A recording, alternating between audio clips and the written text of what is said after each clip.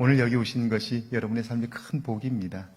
왜냐하면 열심히 살아보지만 세상을 통해서 듣는 소리들이 그렇게 소망적이지 못해요. 소망적인 말들을 사실은 거의 듣지 못합니다. 그런데 오늘 이 자리를 통해서 다시 한번 소망의 강력한 말들을 들음으로써 우리의 삶이 새로워질 수 있는데요. 제가 한번 잘 설명해 볼 테니까 여러분 제 생각을 한번 따라와 보시고요. 여기에 동의하시면 오늘 한번 제가 준비한 설교를 통하여 그 속에 하나님의 음성이 담겨 있을 텐데 제 말은 버려도 괜찮고요. 제 말 속에 담긴 하나님의 음성을 들을 수 있으면 좋겠어요. 금강석이라는 돌은 그 돌덩이 자체가 금이 아니고요. 그 금강석 속에 돌이 있는 거예요. 금이 있는 거예요. 그러니까 그 금강석을 쪼개가지고 그 금이 있는 것들은 캐내지만 돌은 버려도 괜찮은 거예요. 근데 어떤 분들은 금만 가져가면 되는데 뭘 가져가냐면 버려져 돌만 잔뜩 쥐고 가시는 분들이 계세요. 이건 어리석은 거예요. 뭐만 가져가면 돼요? 금만 가져가. 그러니까 제가 하는 말 속에 사람의 말은 다 버려도 괜찮고요. 그 속에 담긴 하나님의 음성만 담아갈 수 있기를 바랍니다. 자, 그러니까 제가 지금 이야기하는 것을 잘 따라오시면서 여러분의 생각을 한번 집중해서 제 말에 동의가 된다면 오늘 제가 준비한 설교 속에 하나님의 음성이 분명히 있습니다. 아멘이시죠? 그러니까 제 말이 아니라 제 말 속에 담긴 하나님의 음성을 듣는 여러분 되기를 바랍니다. 예, 맞다고 지금 전화가 왔어요. 목사님 하신 말씀이 틀림없다고. 제가 볼 때 정부에서 온 전화인데. 네. 자, 여러분이 오늘 이 자리에 나오게 된 계기가 뭐냐면 그것은 여러분 속에 확신이 있기 때문이에요. 뭐가 있기 때문에? 확신. 무슨 확신이냐면 수요일에는 교회 가야 된다 하는 확신이 있기 때문이에요. 아멘이시죠? 그 확신 때문에 오늘 여러분은 이 자리에 앉아 있는 거예요. 자, 그럼 그 확신은 어디서 왔느냐면 우리 머릿속에 있는 정보로부터 오는 거예요. 수요일 날에 교회를 가야 하는 이유들, 그 정보들을 우리는 머릿속으로 가지고 있어요. 뭘 가지고 있다고요? 정보를 가지고 있어요. 가슴에는 뭐가 있다고요? 확신이 있어요. 그러니까 확신이 있기 때문에 오늘 여러분은 이 자리에 있는 거예요. 그럼 그 확신은 어디서 온 거냐면 우리 속에 수요일에 교회를 가야 하는 이유들을 정보로 머릿속에 저장하고 있기 때문이에요. 근데 이 저장된 정보가 언제 작동하냐면 수요일이 되면 이 시간이 가까워지면 생각하는 거예요. 뭐라고요? 예배드릴 시간이 7시 30분인데 내가 적어도 7시 15분까지는 가야 되는데 그럼 집에서 6시 50분에는 출발해야 되겠네? 생각을 하는 거예요. 그렇죠? 이 생각이 없다면 정보가 있어도 이 자리에 나올 수 없는 거예요. 무슨 말인지 아시겠죠? 자, 생각이 있기 때문에 여러분은 시간에 맞춰서 여기 올 수 있었어요. 그럼 그 생각은 정보로부터 온 건데 이 정보는 어디에서 온 거냐면 우리가 눈으로 보았거나 귀로 들었거나 그리고 삶으로 경험된 것을 통해서 정보가 머릿속에 들어왔고 그 정보를 내가 받아들임으로써 옳다라고 받아들임으로써 내 속에 확신되어 자리 잡고 있는 거예요. 여기까지 이해되셨죠? 여기까지 이해되셨죠? 틀림없죠? 자, 그렇다면 문제는 내가 머릿속에 가지고 있는 정보가 잘못됐다면 어떨까요? 정보가 잘못됐다면 내 속에 있는 확신도 잘못될 수밖에 없는 거예요. 제가 이번 주 설교했는데 기억하시나요? 인간이 잘못될 수밖에 없는 이유들이 있는데 그 중에 하나가 뭐냐면 선택적 지각과 자기가 옳은 대로 판단하고 자기가 좋게 여기는 대로 생각하는 거예요. 자기 생각과 맞는 것만 받아들이는 거예요. 이걸 선택적 지각이라고 부르는 거예요. 그리고 확증 편향이란 뭐냐면 자기가 옳다고 생각하는 것을 확신해버리는 거예요. 그러니까 우리 속에 있는 확신들이 잘못되어 버리는 이유는 뭐냐면 정보가 잘못되었기 때문에. 근데 우리는 어떤 일이 벌어지기 전까지 우리의 정보가 잘못되었다는 걸 몰라요. 신앙생활을 하면서도 내 정보가 잘못되었다는 걸 돌아보질 않아요. 왜냐하면 오랫동안 그렇게 해왔거든요. 그게 맞다고 생각하거든요. 그런데 그게 맞지 않다라고 느껴져도 우리는 그걸 고치려고 하지 않아요. 왜냐하면 고치려면 힘이 들기 때문이에요. 힘들기 때문이에요. 지금까지 해온 대로 가면 쉬운데 새롭게 고치려면 그게 힘든 거예요. 그래서 그냥 살아온 대로 살려고 해요. 근데 그러면 큰일 나요. 잘못된 확신, 잘못된 정보를 가지고 살면 우리의 삶은요, 점점 하나님에게서 멀어지게 되고요. 하나님을 믿는 것 같으나 하나님과 상관없는 삶을 살게 되는 거예요. 자, 이제 이걸 여러분이 동의했다면 제가 묻는 질문에 한번 대답해 보세요. 오늘 여러분이 살고 있는 여러분의 가정, 문제가 없나요? 있나요? 문제가 조금 있나요? 많이 있나요? 여러분이 다니는 교회, 문제가 조금 있나요? 아니면 없나요? 조금 있나요? 많이 있나요? 대답 안 하셔요? 우리 교회는 좋은 교회이기 때문에 아마 있어도 조금 있을 거예요. 자, 그러면 여러분이 살고 있는 이 나라는 어떤가요? 문제가 조금 있나요? 많나요? 그래요? 우리가 살고 있는 이 나라는 문제가 많은가요? 그렇다면 문제가 많다고 생각하는 여러분 속에 담긴 확신은 뭐예요? 이 나라에 살만한 가치가 있다 없다? 없다. 그래서 젊은이들이 뭐라고 그래요? 이 나라를 헬조선이라고 그랬어요. 지옥이라고 해요. 그래서 젊은 친구들이 소원이 있다면 이민 가는 거였어요. 그런데 이번 코로나19로 인해서 그들이 가려고 했던 선진국이라고 하는 나라들, 유럽에 있는 나라들, 호주, 뉴질랜드, 그리고 북미, 미국과 캐나다. 코로나19를 대처하는 모습을 보면서 선진국이 아니구나 하는 걸 깨닫게 된 거예요. 유럽의 방송들이 하나같이 한국을 코로나 전국에서 조명하면서 무슨 말을 쓰냐면 한국의 방역이 골든 스탠다드, 황금 기준이다 이렇게 얘기해요.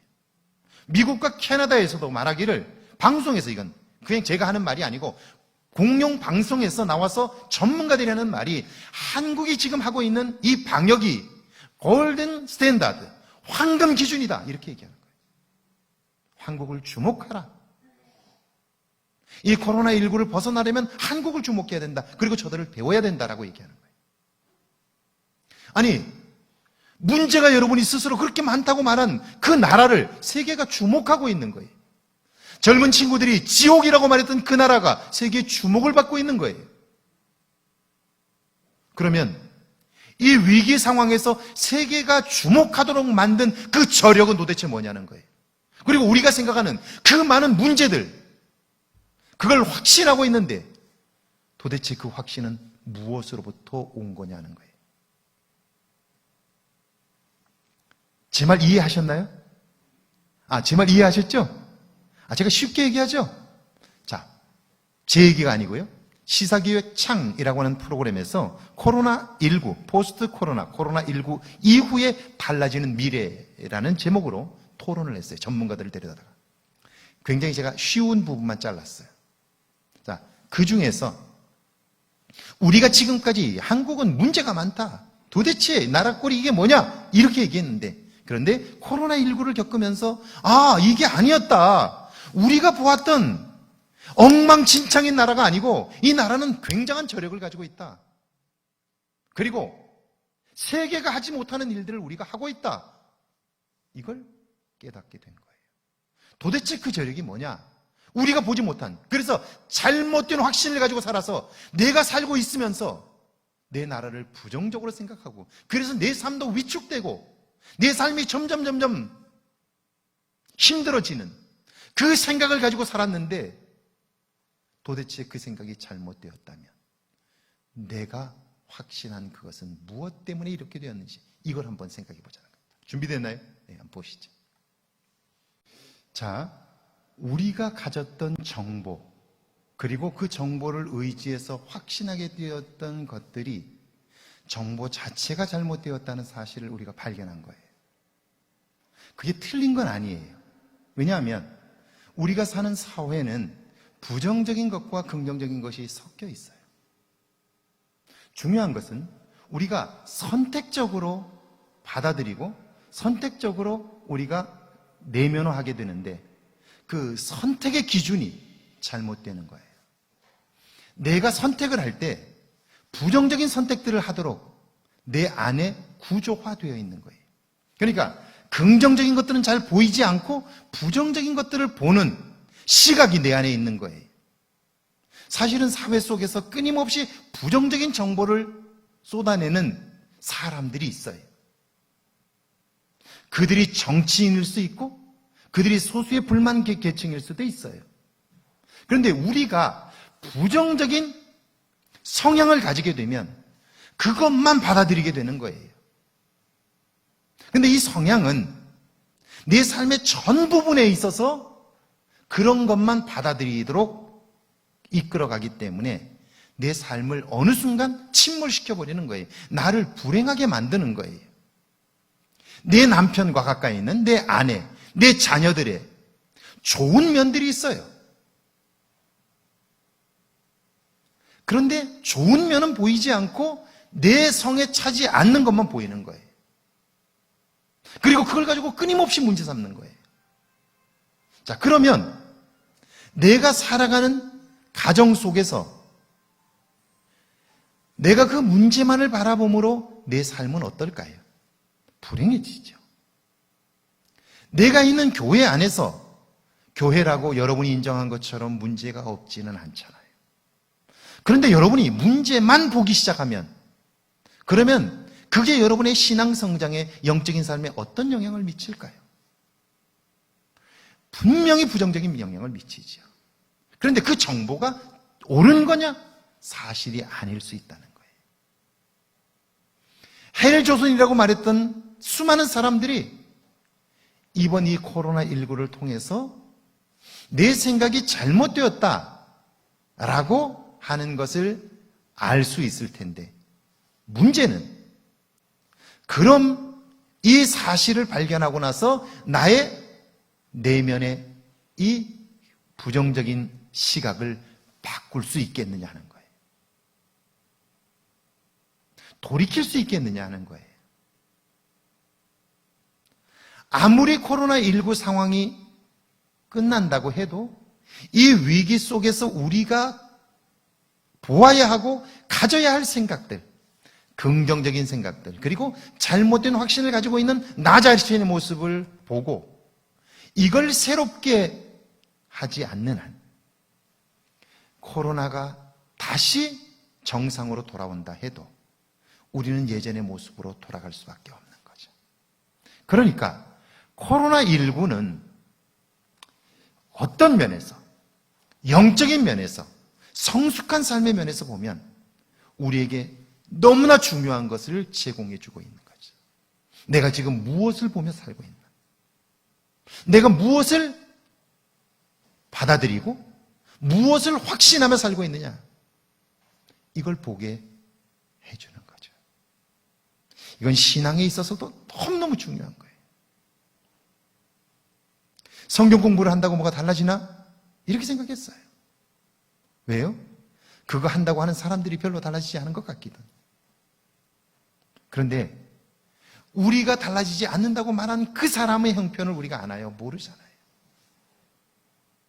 그리고 우리의 눈에는 보이지 않지만 그 말씀을 배우면서 그의 삶이 새로워지는, 그래서 감격하고 기뻐하는 사람들이 얼마나 많은지 몰라요. 오늘 제가 우리 전에 만났던 서울 한신교회 같이 있었던 손 전사님이 저희 교회를 방문해서 같이 오후를 같이 시간을 보내면서 옛날 이야기들을 많이 나눴어요. 저와 함께 했던 교우들 이야기를 나누다가 그게 최 권사님이라고 하는 분이 한 분이, 최희숙 권사님이라는 분이 계세요. 지금 서울에 가장 주목받는 동네가 구반포예요. 구반포 주공아파트. 지금 뭐 시가로 34억, 40억씩 가는 아파트예요. 그 아파트에 사셨어요. 제가 신방도 자주 갔죠. 그런데 남편이 사업을 하다가 2번이나 실패를 하는 바람에 그 좋은 집을 결국 매각했고 그 집을 새로 살고 있다고 그래요. 그런데 그걸 다 잃고 나서 그분이 지금 이야기하는 거예요. 밥 굶지 않고 살 수 있는 것이 너무 감사하다. 그리고 지금 가진 것을 잃고 나서 신앙생활하는 참 기쁨을 맛보고 있다. 참 기쁨을 맛보고 있다. 무엇을 보느냐 하는 거예요. 자, 의식은 바뀌었는데 과연 오늘 나는 어떠냐 하는 거예요. 자, 한번 보십시오. 밑에 같이 한번 읽어볼까요? 함께 읽습니다. 19세기 러시아 문학을 대표하는 도스토옙스키는 성경을 통해 변화된 사람 중 한 분입니다. 그는 젊은 시절 사회주의 운동에 참여했다가 체포되어 시베리아로 유배를 가게 되었습니다.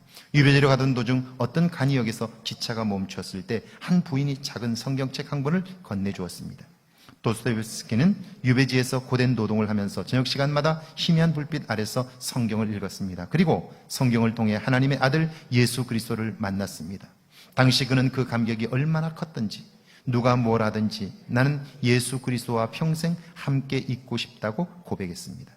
이렇게 변화된 도스토옙스키는 시베리아 유형을 마친 후 고향으로 돌아와 죄와 벌을 비롯해 기독교 정신을 바탕으로 한 많은 불의의 명작들을 남겼습니다. 자, 그러니까요, 내가 지금까지 확신하고 살았던 것이 사회주의였어요.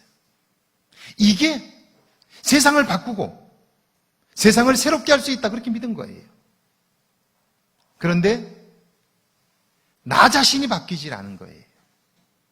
성경을 읽으면서 사회주의를 내가 신봉하고 확신했는데, 그런데 성경을 읽으면서 나 자신이 변하지 않은 걸 발견한 거예요. 여러분이 혹시 태백산맥이라는 영화를, 소설을 읽으셨는지 모르겠어요. 안 읽어도 괜찮아요. 제가 다 읽었으니까. 그러니까 제가 얘기해 주면 돼요. 그러니까 신경 쓸 일 없어요. 영화라도 보신 분이 있으면 거기에 조정래 씨가, 그러니까 작가가 이런 면에서 대단한 거예요. 거기에 이제 여순 반란 사건에 대한 이야기들이 나옵니다. 여순 반란 사건에서 핵심적인 내용은 뭐냐면요, 그 땅을 가진 지주들이 그 소작농들을 너무나 심하게 학대한 거예요. 추수를 하고 나면 너무 많은 걸 가져간 거예요. 그러니까 농사를 1년 내내 지어도 먹고 살 수가 없어요. 그리고 그 횡포가 너무 심했던 거예요. 그러니까 사회주의를 신봉하는 사람들이 와서 뭐라고 얘기를 하냐면, 사회주의를 너희들이 따르면 땅을 무상으로, 부자의 것을 빼앗아서 땅을 무상으로 나눠주겠다라고 한 거예요. 땅이 한 뼘이라도 있으면 좋겠다고 생각하는 그 소작농들에게 땅을 무료로, 농사를 지을 땅을 무료로 주겠다. 사회주의가 성공하면 그렇게 얘기한 거예요. 그러면서 뭐라고 그랬냐면, 북한을 봐라. 김일성 정권이 들어오고 나서 그 정권이 한정되면서 제일 먼저 한 일이 뭐냐? 토지를 몰수해서 농민들에게 무상으로 나눠주지 않았냐? 우리도 이 사회주의가 성공하면 땅을 무료로 나눠주겠다, 그렇게 한 거예요. 그러니까 사람들이 땅 때문에 그렇게 고통을 받았던 사람들이니까 땅을 그냥 준다는 말에 거기에 함께 목숨을 걸고 총을 든 거예요. 저항하게 된 거예요. 그런데 그 주인공이, 그 알지샌들이 그렇게 와서 회유를 해도 거기에 넘어가지 않아요. 그렇다고 해서 군인들이 들어와서, 경찰이 들어와서 이야기를 해도 거기에도 동조하지 않아요. 빨치산이 와서 마지막 그에게 이런 얘기를 해요. 당신은 회색 분자라고, 이쪽도 아니고 저쪽도 아니라고. 그러면서 그에게 막 모욕적인 이야기를 해요. 그때 그가 이런 얘기를 해요. 당신이 사회주의를 압니까? 땅을 준다는 말이 무슨 말인지 압니까? 그렇게 얘기해요. 몰라요. 자기가 가지고 있는 생각은 뭐냐면, 땅을 받으면 내가 농사를 지어서 거기서 나오는 것들, 세금만 조금만 떼면 나머지는 내가 다 가질 수 있다, 이렇게 생각하는 거예요. 근데 그 주인공은 뭐라고 말하냐면, 자, 사회주의가 성공한다고 칩시다. 그러면 당신에게 땅을 무료로 준다고 합시다. 그런데 당신이 당신 땅을 가지고 농사를 지어서 국가가 그걸 다 소출을 다 가져갑니다. 그리고 당신에게 배급을 줍니다. 당신 그 땅 무슨 의미가 있습니까? 그뿐 아니라 당신 이름으로 땅을 줬습니다. 그런데 협동 농장으로 만들어서 전체를 다 농사를 함께 짓게 하고, 그리고 정부가 다 가져가서 함께 지은 사람들에게 골고루 배분을 해줍니다. 그럼 당신 그런 땅을 가지고 농사 짓겠습니까? 아니, 내 땅에서 내가 지었는데 다 국가가 가져간다면 내가 뭐하러 거기서 땀을 흘리고 열심히 하겠어요? 그게 사람들이 말하는 사회주의입니다. 그 얘기를 하는 거예요. 몰라요. 그냥 땅을 받으면 그 땅이 내 땅이 되고 내 땅에서 농사하는 건 다 내 것이 된다. 이거 생각만 하는 거예요. 잘못된 정보인 거죠. 그리고 그 잘못된 정보를 확신하는 거예요. 그리고 산으로 들어가는 거예요. 그리고는 서로 같이 한 동네에 살았던 사람들을 향해서 총뿌리를 겨누는 거예요. 자, 제가 너무 안타까운 건 뭐냐면 오늘 우리가 교회를 다니고 있는데 과연 우리가 믿고 알고 있는 정보가 사실이냐는 거예요. 우리가 마음속에 확신하고 있는 것들이 정말 사실이냐, 옳은 정보 때문에 이루어진 거냐, 그 얘기를 하고 싶은 거예요. 여러분은 정말 바른 정보를 믿고 있나요? 그리고 여러분이 확신하고 있는 그것이 사실인가요? 이걸 우리가 기억해야 하는 것이죠. 자, 나라가 망하는 이유는 내부적인 요인입니다. 밑에 한번 같이 읽어볼까요? 함께 읽습니다. 남쪽 유다의 제7대 왕 아달랴는 북왕국 아합 왕과 악녀 이세벨의 딸로 왕 다윗 왕가의 씨를 말리다시피 하고 유다를 온통 바알 종교로 물들게 한 장본인입니다. 27절 한번 같이 읽습니다. 내가 이스라엘 가운데 있어 너희 하나님 여호와가 되고, 이 무슨 말이냐면 지금은 그들이 하나님을 떠나 있어요. 그래서 엄청난 고통을 겪고 있어요. 하나님께서 그들에게 말씀하기를, 그래서 내가 너희들을 이방 민족의 손에 넘겨 고통 가운데 둘 거야. 그때 너희들이 회개하고 나 좀 살려달라고 얘기하면 그때 내가 이스라엘 가운데 있어 너희 하나님 여호와가 되고, 그렇게 말해요. 지금 너희가 생각하고 있는 것, 너희들이 확신하고 있는 것, 그걸 고치지 않으면, 그걸 새롭게 하지 않으면 너희는 이 고통에서 벗어날 수 없다. 왜 그런 줄 아세요?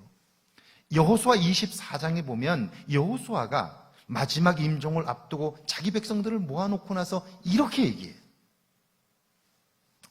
만일 여호와를 섬기는 것이 너희에게 좋지 않게 보이거든, 이렇게 말해요. 가나안에 들어갔어요. 가나안 땅에 살면서 보니까 하나님을 섬기는 게 손해보는 것 같아요. 바알을 섬겨야, 아세라를 섬겨야 좀 더 나은 삶을 살고 좀 더 풍요로운 삶을 살 것 같은 거예요. 하나님을 섬기는 게 손해보는 것 같은 거예요. 그러니까 어때요? 바알의 신앙이 아세라 신을 섬기는 것이 좋아 보이는 거예요. 그래서 사람들이 그곳으로 가는 거예요. 만일 여호와를 섬기는 것이 너희에게 좋지 않게 보이거든, 그 가나안 신들을 섬기는 게 좋게 보이거든, 오늘날로 말하면 수요일날 교회 나오는 것보다 집에서 스트레스 받는데 TV나 보고 좀 더 자고 쉬고 돈을 쫓아 살고 주일날이나 한번 가고 지금까지 살아왔던 대로 살고, 그렇게 사는 게 옳다고 생각이 들고, 말씀대로 사는 것, 말씀을 배우려고 하는 것, 하나님과 가까워지려고 하는 것, 그것은 손해보는 것 같은 거예요. 자, 그렇다면 너희는 오늘 둘 중에 하나를 택하라는 거예요.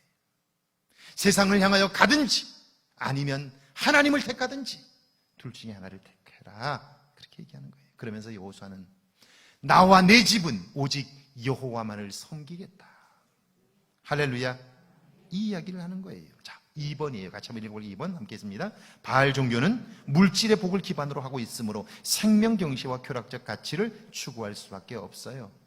바알 종교는 물질의 복을 기반으로 하고 있어요. 오늘 이 세상이 우리를 유혹하는 이유가 뭔가요? 그것은 모두 다 물질의 복을 기반으로 우리를 유혹하는 거예요. 그런데 물질의 복을 추구하면 반드시 생명을 경시하도록 되어 있어요. 쾌락적 가치를 추구하도록 되어 있어요. 여러분, 가뭄이 들면 어디로 가야 되는 줄 아세요? 쌀이 농촌에서 나니까 농촌으로 가면 굶어 죽습니다. 농촌에는 없어요, 쌀이. 가뭄이 들면 어디로 가야 돼요? 도시로 가야 돼요. 도시에는 쌀이 있어요. 도시는 항상 화려해요. 그런데 화려한 도시의 뒷골목을 가본 적이 있나요? 뒷골목은요, 가장 퇴폐한 문화가 자리 잡고 있어요. 그러니까 도시를 좋아하는 사람들이 도시의 화려함과 동시에 뒷골목에 퇴폐한 문화를 볼 수 있어야 된단 말이에요. 여러분, 그 화려함을 쫓아 살기 시작하면요, 나도 모르는 사이에 가랑비에 옷이 젖듯 퇴폐한 문화의 옷이 젖을 수밖에 없어요. 이건 제가 들었던 얘기예요. 서울에 있는 큰 한 교회예요. 그 교회는 아주 구역 모임이 너무너무 잘 돼요. 그래서 왜 그렇게 구역 모임이 잘 되냐 물어봤더니 그 구역에만 가면 다 돈을 번대요. 진짜 얘기예요. 제가 그냥 꾸며서 하는 말이 아니고 진짜 얘기예요. 제가 들은 얘기예요. 그래서 어떻게 그 구역에만 가면 돈을 버냐 그랬더니 그 구역장이 돈 버는데 굉장히 영특한 사람이라 새로 오면 벌써 이제 다 이렇게 조사를 다 해가지고요, 아파트를 하나씩 분양받도록 다 작전을 다 세우는 거예요. 그래서 구역 예배는 잠깐 드리고 나머지는 전부 어디 가냐면 아파트 모델하우스 보러 다니는 거예요. 같이 구역 식구들 데리고.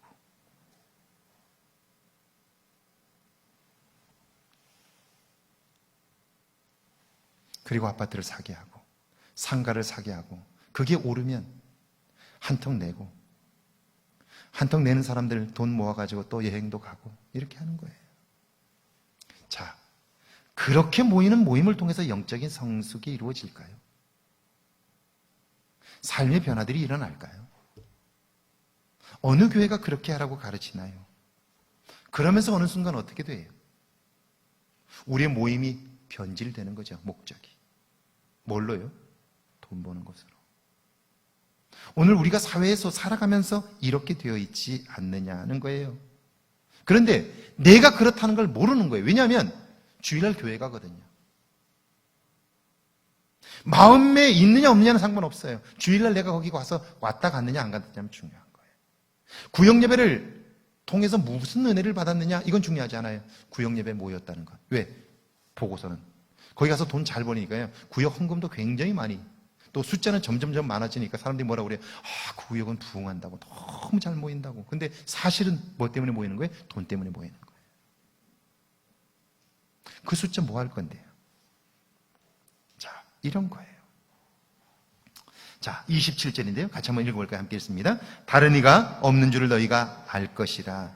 타락한 현실, 무너진 영적인 삶을 볼 때 하나님밖에는 구원자가 없다는 사실을 너희들이 알게 될 거다. 결국 그렇게 살면 너희의 삶의 끝이 한순간에 무너지게 될 텐데 그때 너희 어떻게 할 거냐? 이것을 알 때에만 여러분 우리는 새로워질 수 있는데, 그런데 사람들은 몰라요. 언제까지 모르냐면 고통과 아픔이 찾아올 때까지, 내 삶이 온통 무너질 때까지. 그래서 출애굽기 6장 5절에 보면 그 이스라엘 백성들이 애굽에서 신음하는 소리를 하나님께서 들으시고 내가 응답했다 이렇게 말씀하세요. 언제까지 그 일이 가냐면 그들이 신음할 때까지 가요. 신음할 때까지. 오늘 내 삶이 문제가 있다고 여긴다면 여러분 그것은요 내 속에 있는 잘못된 확신 때문이고요, 이 잘못된 확신은 어디서 오냐면 내 속에 든 잘못된 정보 때문이에요. 근데 우리는 내가 지금 무엇을 믿고 있는지, 잘 믿고 있는지, 내가 확신하는 것을 과연 옳은 건지 생각하지 않아요. 그러니까 삶이 무너지고요, 교회는 정말 오래 다니는데 신앙이 성장하지 않아요. 이게 정말 제가 너무너무 안타까운 거예요. 목사로서 너무 안타까운 거예요. 하나님은 우리에게 자유를 주셨는데, 할렐루야. 자유를 뭘 주셨는데요? 자유를 주셨는데 그걸 누리지 못하는 거예요. 누리지 못하는 거예요. 이게 구원이거든요. 이 구원의 은혜를 주셨는데 그걸 누리는 사람이 많지 않아요. 너무너무 안타까운 거예요. 그래서 우리에게는 뭐가 필요하다? 꿈이 필요한 거예요. 뭐가 필요해요? 꿈이 필요한 거예요. 자, 꿈을 회복하는 일이 그래서 너무 중요한 거예요. 꿈이 뭐냐 하는 것은 다음 주에 이어서 하겠습니다. 할렐루야. 자, 우리 한번 같이 기도할까요?